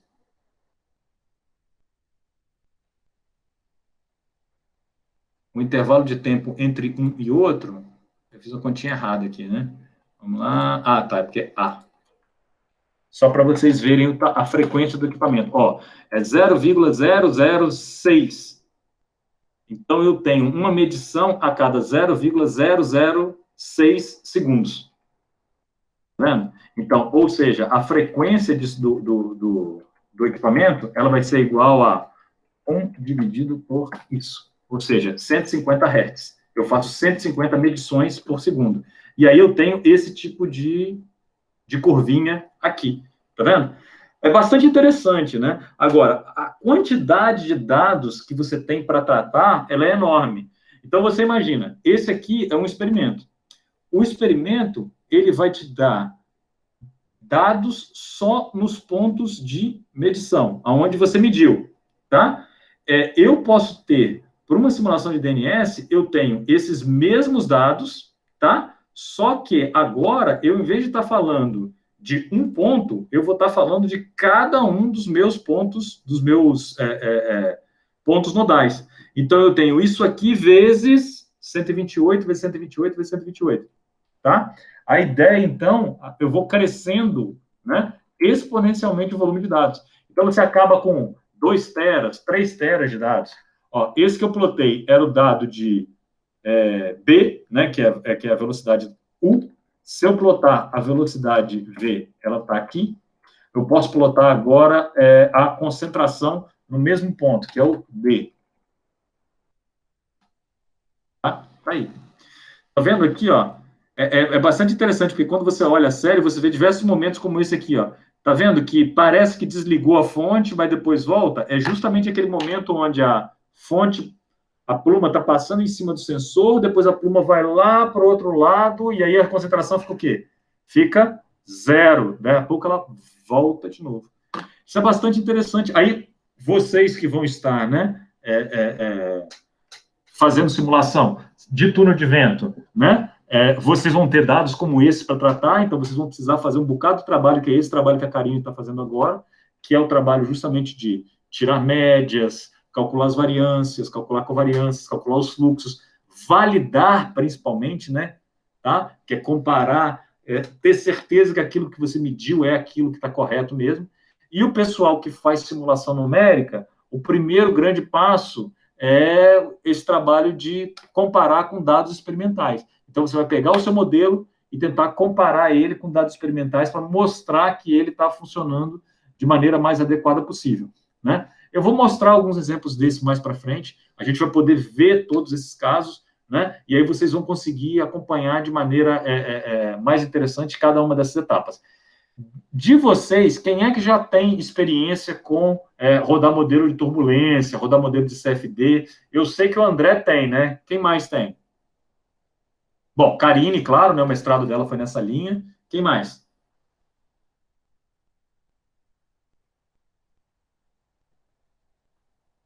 Mais alguém? Ou mais ninguém? Pessoal, depois eu posso fazer uma pergunta? Pode sim, mas eu queria que vocês, meus coleguinhas, respondessem primeiro. Eu nunca tive, não. Também não. Também não? Larissa, não? Também não. Karina? Não? Não. Tá, então só mesmo André e Karine. Então, vai ser legal para a gente fazer um exemplo, vai ser bastante interessante. Fala, Karine. Sobre o tempo característico que você falou, um pouco mais atrás, quando faz a simulação DNS, define o time step com base nesse tempo característico e põe o time step na simulação. Lá no código para fazer a simulação. E o tempo de média também coloca lá no código já para as estatísticas, ou isso é depois, assim, depois que usa o tempo de média para fazer os cálculos? Normalmente você começa de uma aproximação, né? Você prevê mais ou menos quanto você acha que tem que ser o seu tempo de média, tá? Porque o que acontece? Você vai ter que olhar para a sua série temporal e vai ter que ver que ela, né, por exemplo, né, assim, né? Aí você vai lá, ela começou meio maluca, assim, né, tal, aí depois chegou num tempo que ela ficou mais ou menos, tá se repetindo do jeito que você gostaria. Aí você fala assim, opa, daqui para cá eu vou fazer, né, eu vou começar a fazer as minhas médias, né. A princípio, você não sabe qual é esse tempo, tá? Então, na sua primeira rodada, você não sabe que, por exemplo, isso aqui vai levar, vou chutar aqui, tá? 100 segundos, por exemplo, 100 tempos característicos, tá? Você não sabe disso. A princípio, você vai ter que olhar para ela e falar assim, opa, eu acho que já tá bom. Aí você vai observar, porque normalmente você deixa passar mais alguns, né? Você vai olhar e vai dizer, opa, aqui repetiu de novo esse mesmo pico, tá mais ou menos parecido, tá parecendo que esse negócio tá se repetindo. Então agora eu posso parar, né, e começar a calcular minhas estatísticas, né? Aí você liga as estatísticas. Para quem está usando o Fluent, é exatamente assim, você tem uma opção lá que você manda lá, ligar estatísticas, começar a calcular as estatísticas. Aí quando você vê que aconteceu isso aqui, que ele está começando a ficar estacionário, que as estruturas estão repetindo, aí você vai lá para a simulação e clica no botãozinho, iniciar o cálculo das estatísticas. Quando você está programando o seu próprio código, como é o caso de DNS, que é a simulação lá que você rodou, provavelmente é a mesma coisa, né? Você vai ter a saída lá de dados, né? E você vai observar, e aí você pode chegar e falar assim, opa, esse cara aqui está começando a se repetir. Tem várias formas de você fazer isso, tá? Você pode, inclusive, fazer conta, né? Ver se os picos estão se correlacionando, ou seja, se as coisas estão se repetindo em intervalos regulares. Tem várias formas de você fazer. Você pode fazer no olho, né? E ver que funcionou, né? ou em geral usar médias, né? Você tenta tornar cada vez mais numérico, né, a análise, para você não ficar também tão solto assim. Mas, de maneira geral, é assim, você roda e fica observando o seu critério. Se você está só olhando a série, você olha a série e vê se ela vai ficar bonitinha e começa a virar estacionária. E aí, a partir desse momento, você começa a calcular suas estatísticas. Se você está usando coeficiente de correlação para tentar correlacionar os picos, né, um com o outro, melhor ainda. Aí você vai tentar ver quando isso começa a acontecer. Então, de maneira geral, você roda e espera atender o seu critério. Atendeu o seu critério? Para, e aí começa a fazer as médias. Respondi a pergunta? Sim. Então, isso pode ser um fator importante que pode levar a erros na simulação. Sem dúvida, sem dúvida. Tá? Tem que ter... Professor. Oi? Obrigada. Tem muita simulação de DNS que você... Porque como é muito caro computacionalmente, tem muita simulação de DNS que, às vezes, você não tem esse tempo aqui suficiente para a coisa ficar arrumadinha, entendeu? Aí esse é um dos principais problemas de você perder dado, porque você não tem... a sua pluma não ficou simétrica, ou você não tem um número suficiente de repetições, aí você não consegue tirar uma conclusão boa sobre aquele dado que você teve e você perde tudo aquilo que você fez. Porque, às vezes, você descobre só depois que você já rodou. Aí você não tem mais tempo de processamento. Por exemplo, como no seu caso. Poxa, tudo isso foi rodado lá na Inglaterra, né? Por um aluno do ONDU, né? E aí vem para cá e agora você vai tratar os dados. Quer dizer, esse cara já rodou isso quando? No ano passado, né? Quando tinha processamento lá. Aí vamos supor que você acha algum defeito. Como é que isso vai ser consertado? Você vai ter que pegar e pedir para rodar mais tempo, você está entendendo? Então, essas são dificuldades, assim, reais, né? E sem contar o tamanho dos dados, né? Fico imaginando o tamanho do dado que você está tendo que mover para lá e para cá, né? Alguns terabytes de dados, né? Tá num HD aí porque não cabe no meu computador. Exatamente, isso é um problema. Você pode copiar os dados, né? Tem uma máquina lá, né, no nosso laboratório, lá, Reynolds, né? Que a gente comprou há pouco tempo, né? Que tem 40 teras de disco. A ideia é justamente para conseguir guardar essas coisas. Tá bom? Pois é, a gente está tentando que o Ondo mande todos os dados. Porque os dados que a gente já tem aqui são grandes, é um tamanho grande, mas não são todos ainda. Quando ele conseguir mandar todos aí, que vai ter que... Aí talvez 40 teras não seja suficiente, né? Mas é isso aí. Essa é a ideia. Né? Mas obrigada, professor. Nada. Mesmo. Bom, gente, olha só, eu estou vendo aqui, só faltam 20 para as 4, né? E a gente praticamente só falou de DNS.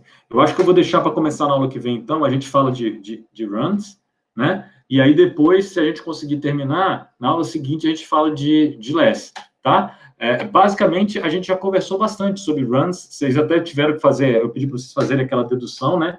E explicar efetivamente, mas o grande problema aqui no runs, que a gente conversou nas aulas anteriores, é esse cara aqui, né? Que ele é um termo que eu não conheço o valor dele, né? E aí vem toda a ideia de Reynolds Averaged, né, de runs, é o quê? É como eu faço para calcular esse cara. E aí, dentro dessa abordagem, eu tenho uma diferenciação grande dos tipos de modelos, né? Porque, assim, como eu faço para calcular o valor dos termos que apareceram, vamos botar aqui, U', U2, esse cara aqui. Ou se eu estiver lidando com concentração, né, eu vou lidar lá com alguma coisa mais ou menos assim, tá? Como eu faço para calcular esses caras? Que esses caras são o quê? As flutuações turbulentas. Dentro de runs, a ideia básica eu posso usar a ideia de viscosidade turbulenta. Lembra da analogia do Bucinski, que eu conversei com vocês já lá na aula passada, onde eu faço a analogia do processo de difusão turbulenta com o processo de difusão molecular. Então, qual é a ideia aqui? A ideia seria tentar definir uma do mesmo jeito que eu tenho uma viscosidade molecular, uma viscosidade laminar, eu vou tentar usar a mesma ideia para definir uma viscosidade turbulenta. Ou eu tenho uma difusividade molecular de algum produto, alguma espécie química, eu tentaria calcular uma difusividade turbulenta.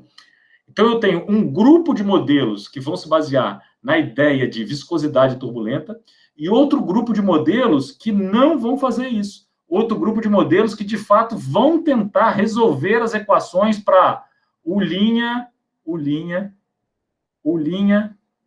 V', U', W'.